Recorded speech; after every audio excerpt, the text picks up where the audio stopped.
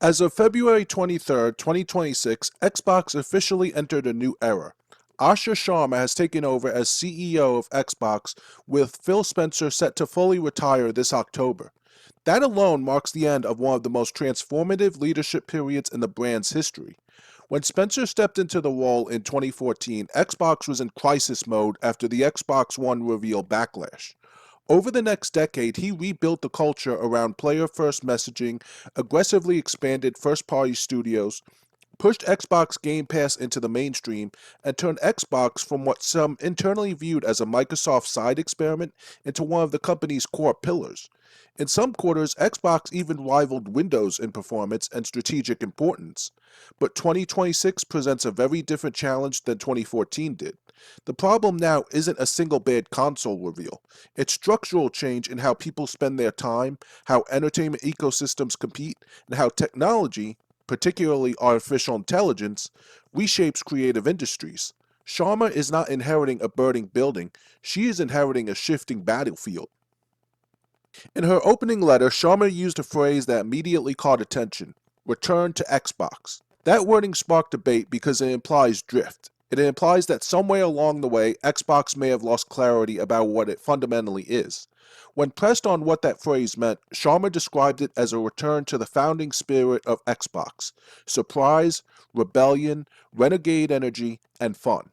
That framing is significant because the early Xbox brand identity was built on boldness, on launching a black and green console into a Sony dominated market and betting big on online gaming through Xbox Live. Sharma is clearly signaling that she wants to recapture that edge. More importantly, she explicitly anchored that return in console hardware.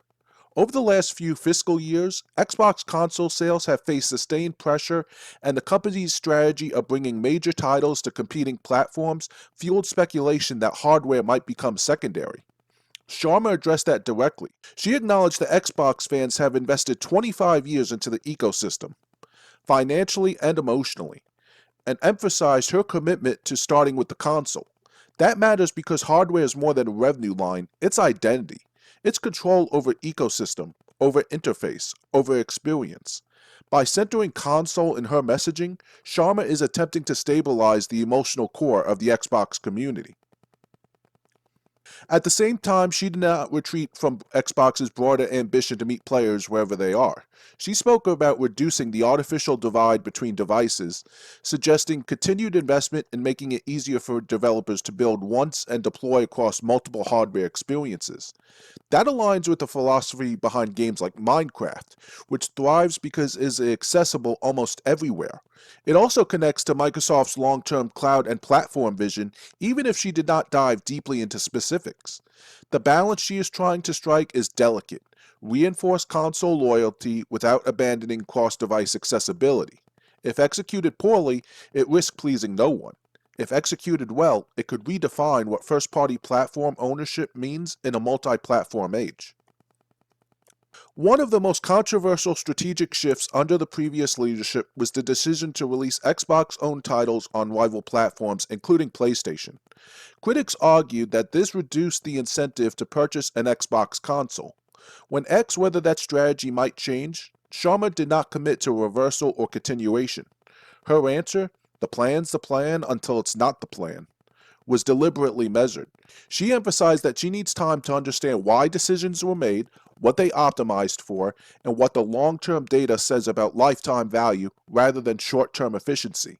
That answer may frustrate fans looking for decisive proclamations, but reveals a methodical leadership style. She is positioning herself as analytical, not reactionary. In other words, exclusivity policy is under review, but it will not be dictated by social media sentiment alone. Alongside Sharma is Chief Content Officer Matt Booty, who reinforced a critical structural point. Xbox is not built merely to be a third party publisher. Booty rejected the idea that Microsoft intends to let its gaming division drift into software only territory. He emphasized that Xbox's studio system is deeply integrated with hardware teams from the earliest development stages. That integration ensures titles are optimized for Xbox devices in ways that go beyond simple porting. Games like Gears of War have historically showcased Xbox hardware capabilities, while engagement giants such as Call of Duty, World of Warcraft, and Diablo demonstrate the breadth of Xbox's portfolio following its acquisition spree. Booty described Xbox as a federation of studios, supporting everything from experimental, smaller scale projects to global blockbusters. That diversity is strategic. Blockbusters drive revenue and brand visibility. Smaller titles often incubate the next major franchise. The philosophy that almost everything big started as something small is not romanticism, it is portfolio management logic. Another area drawing intense scrutiny is artificial intelligence. Given Sharma's prior role in Microsoft's core AI organization, some observers feared an aggressive AI-first mandate at Xbox. Sharma addressed those concerns directly. She acknowledged that new technologies create opportunity, but stressed the need to draw boundaries around what not to do. Her explicit promise not to flood the ecosystem with low-quality or derivative output was a calculated reassurance to creatives and fans alike. Booty further clarified that there are no top-down AI directives being forced onto studios. AI is positioned as a supportive production tool, useful for debugging, code assistance, and pipeline efficiency, while creative authorship remains human-led.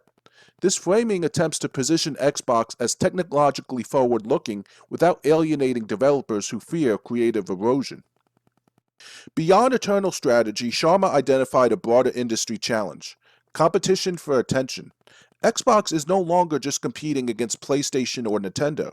It competes against TikTok, YouTube, and every algorithm-driven platform designed to capture daily screen time. This is arguably the defining business threat of modern gaming. If players spend fewer hours gaming overall, platform wars become secondary to attention economics. Sharma's response was not to chase viral trends, but to double down on core community strength. She argued that strong communities are built by serving the core audience authentically rather than diluting focus to capture fleeting demographics. That is a conservative growth philosophy compared to rapid pivot strategies seen elsewhere in tech. It signals a belief that long-term loyalty outperforms short-term virality.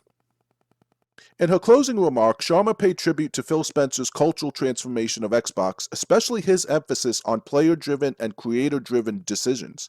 She stated her intention to uphold that foundation while focusing on proof over promise. That phrase is critical. It suggests an awareness that Xbox fans have heard ambitious visions before. What they want now is execution. Sharma did not deny the challenges facing the business. Instead, she framed them as obstacles that can be overcome, referencing Xbox's history of rebounds. Her statement, "This team has brought it back before, and I'm here to help us do it again," is both a rallying cry and a recognition of institutional memory. Xbox survived early skepticism in the original console era, the red ring crisis of the Xbox 360 generation, and the brand damage of the Xbox One launch. Each time, recovery required strategic recalibration and cultural resilience. Sharma is betting that the same resilience can carry Xbox through the next transformation. The next decade will likely define whether Xbox remains a hardware-centered ecosystem leader or evolves into something more hybrid and platform-agnostic.